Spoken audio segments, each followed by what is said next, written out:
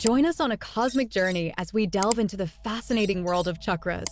Discover the differences between the Western and Eastern perspectives on energy centers, from the traditional 7 chakras to the advanced 12-chakra system. Explore the subtle nuances of each energy center and learn how they impact your spiritual journey. I deeply desire to know in order to serve you. I love you unconditionally. December 18th, 2005. Channeling disclaimer. This telepathic channeling has been taken from transcriptions of the weekly study and meditation meetings of the Rock Creek Research and Development Laboratories and L/L Research. It is offered in the hope that it may be useful to you. As the Confederation entities always make a point of saying, please use your discrimination and judgment in assessing this material. If something rings true to you, fine. If something does not resonate, please leave it behind, for neither we nor those of the Confederation would wish to be a stumbling block for any. Question chosen by PLW Poll. One, I read Quo's response in Planet Lightworker magazine to the question about densities and vibrations. The Quo group spoke about 7 densities in an octave. Others in the esoteric world speak of 12 dimensions. Can you explain the difference? Carla channeling. Quo. We are those known to you as the principle of Quo. Greetings in the love and the light of the one infinite creator. We come in the creator's service to respond to the call of the circle of seeking this day. May we thank each of you for setting aside the time to create a circle of seeking and for calling for us to share information with you. It is our pleasure and our privilege so to do. As always, we would ask of you that you are very careful in your discrimination. Set aside any thought of ours that does not immediately appeal to you. If you will take care to guard the gateway to your own thoughts, then we shall feel free to share our opinions without being concerned that we might infringe upon your free will. It is crucial to us that we share information without such infringement, so we thank each of you for this consideration. The query this day concerns the system of chakras that is used to structure the way that you think about your energy body. The question itself actually used the terms density and dimension. However, we believe we grasp that the actual intent of the query is more in terms of the internal workings of the body system rather than the macrocosmic point of view in which densities of the creation are considered. We apologize if we misunderstand or misspeak because of this misunderstanding. However, we believe that the point of interest of the query has to do with looking at the system of the physical vehicle and its connections with the metaphysical universe in the form of the energy body that interpenetrates your physical body. And so we shall answer according to our understanding of this question as somewhat revised from the original statement. We would take note of the way the question was phrased in simply saying that there is no true difference in the way that density and dimension are used, so that whether you are talking about the 3rd dimension or the 3rd density it is, in general, understood by students of metaphysical work that one is speaking of a quantum or a certain kind of energy. The more appropriate of the 2 words for working with the concept of the octave of densities in creation is the word density rather than dimension. However, these 2 words are used interchangeably for the most part, not only by this instrument, but also by many others whose works this instrument has read. The densities, macrocosmically speaking, are reproduced faithfully within the energy of each and every entity that is an incarnation on planet Earth at this time. Each of you has an energy body which contains elements that are as true in pitch as the notes of a scale. The difference between conventional octaves within your Western modalities of physical notation creates a choice of various scales among the 12 notes that make up the diatonic scale, so-called, within 1 octave of your musical instruments. In music, this 12-tone scale is a creation whereby in 12 halftones the tones are created from octave to octave so that the 12th tone is the same as the first. That diatonic scale sounds like this. Carla sings the 12-tone scale of 1 octave. In contrast, the major scale chooses 8 of those 12 notes and sounds like this. Carla sings the octave with an 8-tone scale. There is a minor scale, and there are modal scales within the Western system of musical notation, all of which have 8 notes. It is to be noted in this regard, still speaking of music, that in the Eastern or Oriental ways of producing tone, there is no precise way of grading notes. Not only are quarter tones appreciated and differentiated, but also those who are gifted musically can produce by their voice or upon an instrument that is unfretted to an infinite number of gradations which have values less than a quarter tone. This is why Eastern music is fundamentally different in its effect upon the listener than Western music. Western music lives in modular boxes of differentiation that have neat and regular borders, whereas the Oriental approach offers an infinite landscape in which to create tone.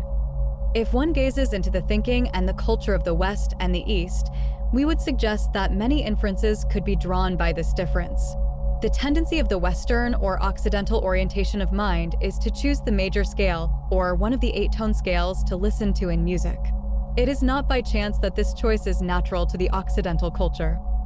The reason for the use of an 8-chakra system, which is the 7 chakras and the octave chakra, or the 8th, being the same as the first, only an octave higher, is that the Occidental culture is like a younger version of the older Oriental 12-tone system. There are fewer gradations, fewer differentiations, and a clearer, simpler, plainer structure for looking at the self and structuring ways to interact with one's own energy system.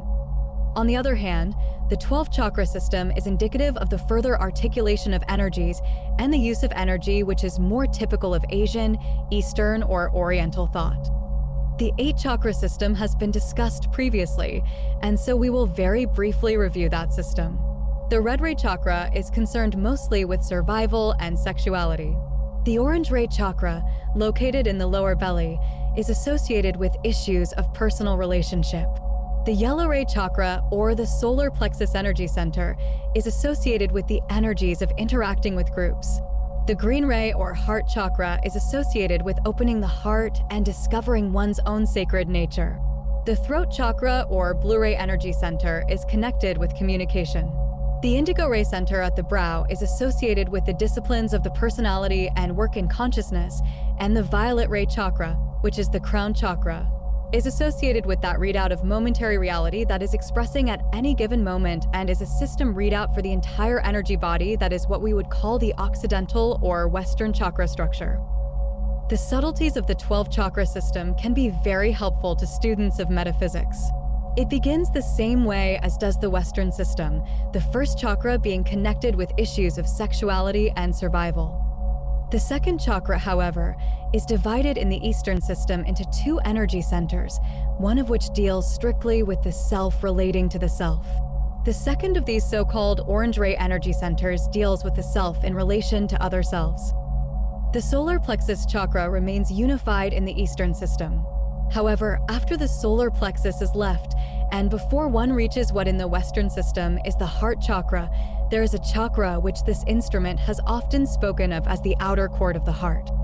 It is helpful to realize that moving into the heart is not an unalloyed and simple joy. It is a process that in its inception can create a great deal of difficulty for the student and the seeker. The difficulty of moving into the heart is that one must bring all of the self into the heart in order for that space to become truly sacred. Most seekers are quite astonished when they first enter their own hearts to discover that there is a real perceived problem with meeting one's shadow side. After all the work of realizing that we are spiritual beings has been done, after clearing issues of personalities, sexuality, survival, personal relationships, and all of the work that each entity is doing with groups, an entity that is seeking feels balanced and eager to enter that spacious holiness of the open heart. However, the first thing that most entities find upon entering this space is that, just as in the story within your New Testament of the entity known as Jesus the Christ walking into the temple and seeing all the sellers of doves and so forth which entities could buy for sacrifice, entities walking into their own hearts find that there are sellers of doves there hawking busily away with their own agendas.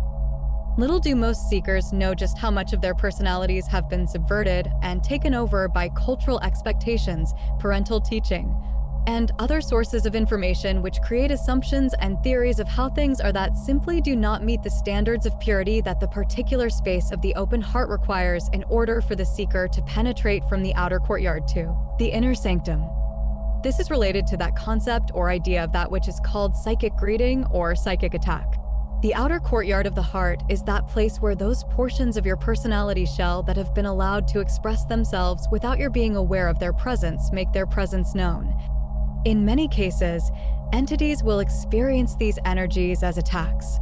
Perhaps they will feel that there is an entity that is attacking them from the outside, with some sort of overshadowing or attacking going on. Others have more sensitivity in discerning the source of such seeming attack and can pinpoint the energy as being within the system of the self.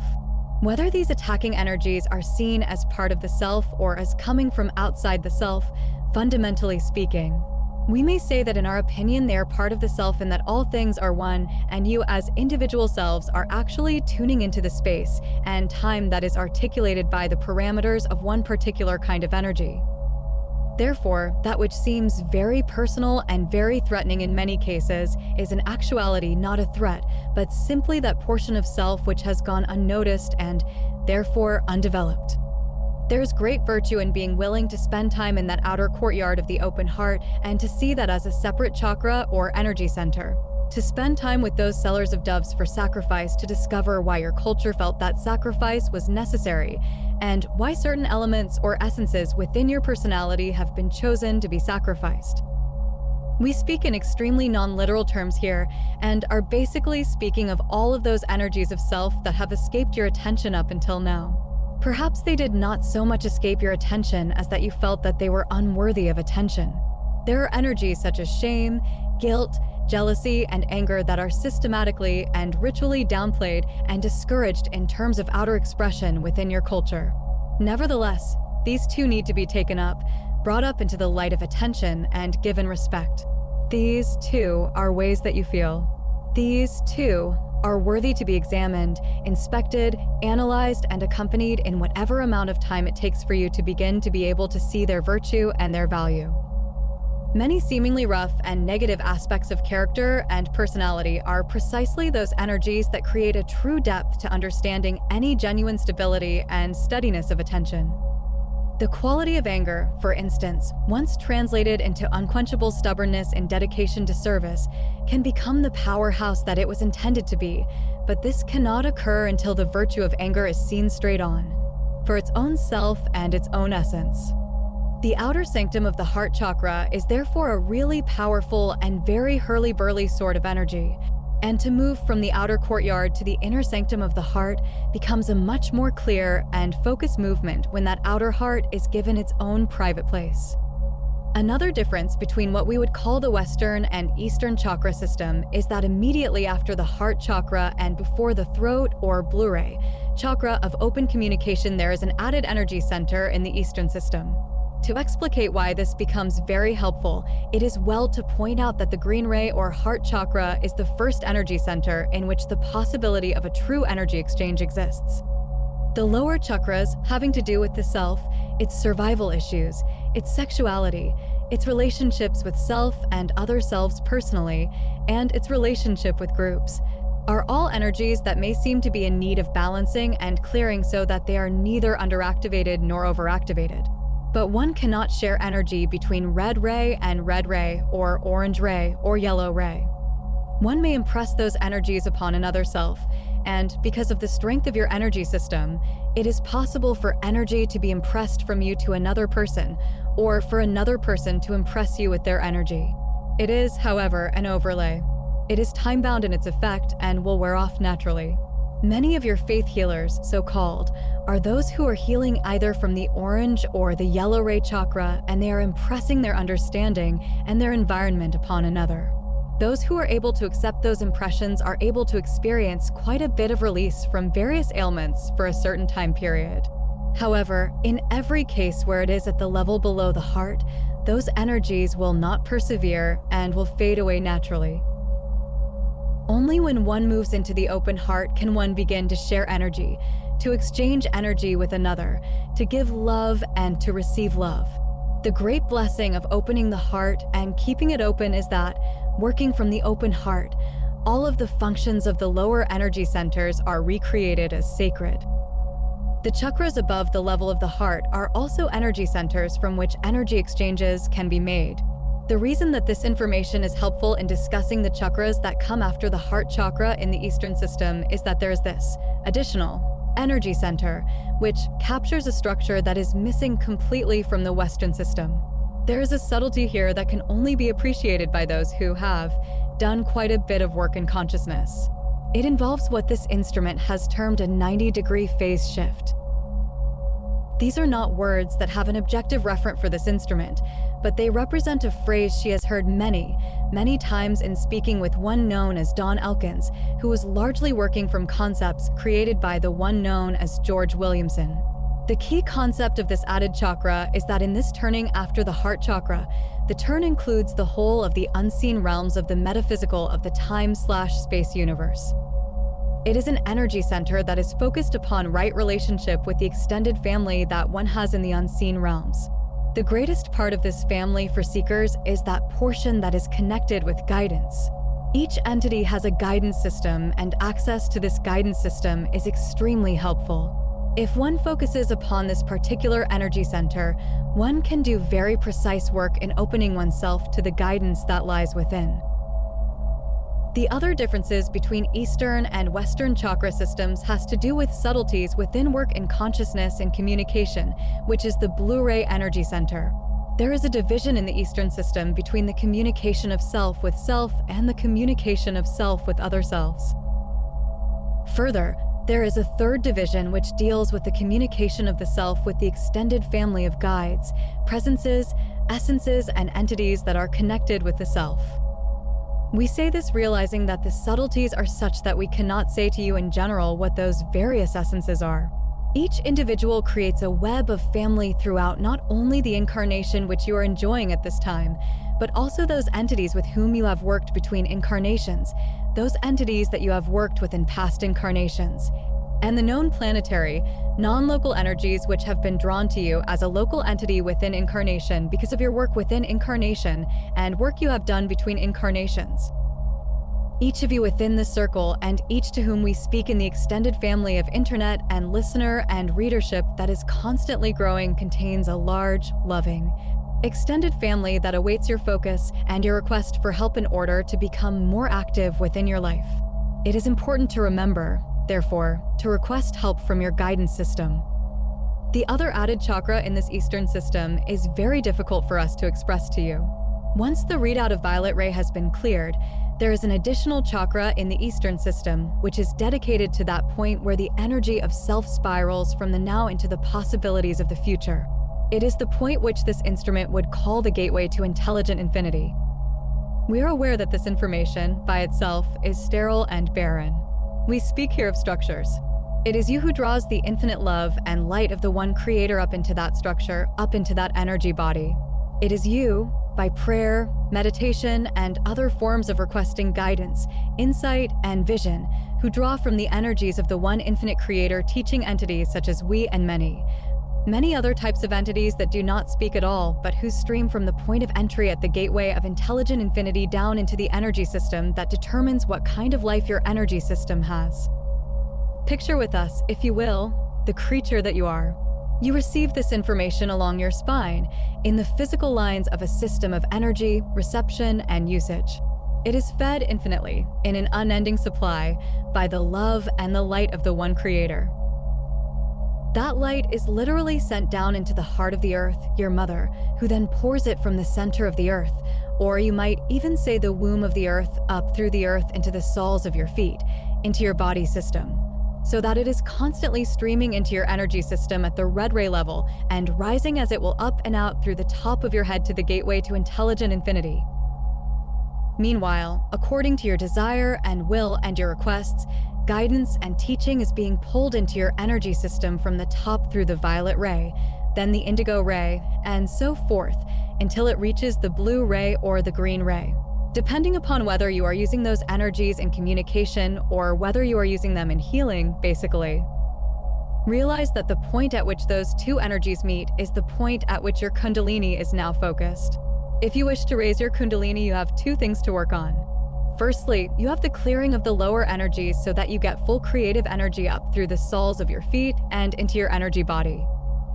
Secondly, you're attempting to focus your will, discipline your personality, and call forth the most helpful energies that you can to teach and guide you as you seek the truth.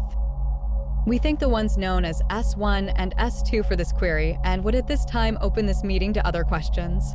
Is there another query at this time? B. Earlier you mentioned the rise of kundalini.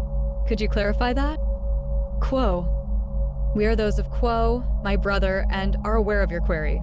That which is rising or not is the point of contact between the natural energies available to all within creation and the energy of the creative principle called to the self by individual work. That point of contact begins, roughly speaking, within that point where the outer courtyard of the heart yields to the inner sanctum. The kundalini cannot be pulled lower than that, as information of the creative principle cannot be understood by any energies lower than that of the heart. However, the point of the kundalini rising, in terms of entity's desire to progress spiritually, is that as one begins to be able to pull the full energy of that open heart up into work in consciousness, each place to which it is raised opens up vistas of opportunity for various types of work in consciousness, not simply moving upwards as one aiming directly for the creator, but in terms of working at any level. For instance, in open communication, there is the opportunity to spread out one's discoveries and one's services by creating more and more layers of understanding or awareness of subtle energies involved in the subdensity, shall we say, of open communication. Once the kundalini has been pulled from the heart up into the throat, then more articulated work can be done in communication. And this is also true as the kundalini continues to be pulled upwards by seeking and the careful development and discipline of the personality. May we answer you further, my brother? B. What aspect of the self is doing the pulling? Quo. We are those of Quo and are aware of your query, my brother. The aspect that pulls the energy forward is desire, or as it is sometimes called, will. May we answer you further, my brother? B. That covers it. Thank you.